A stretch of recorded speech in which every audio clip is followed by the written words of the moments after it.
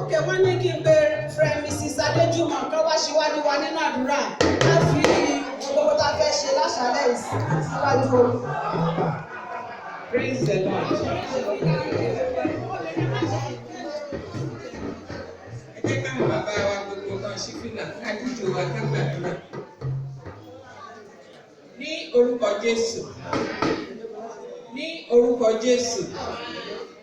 Àpáta ayérayé àgbé ìyá.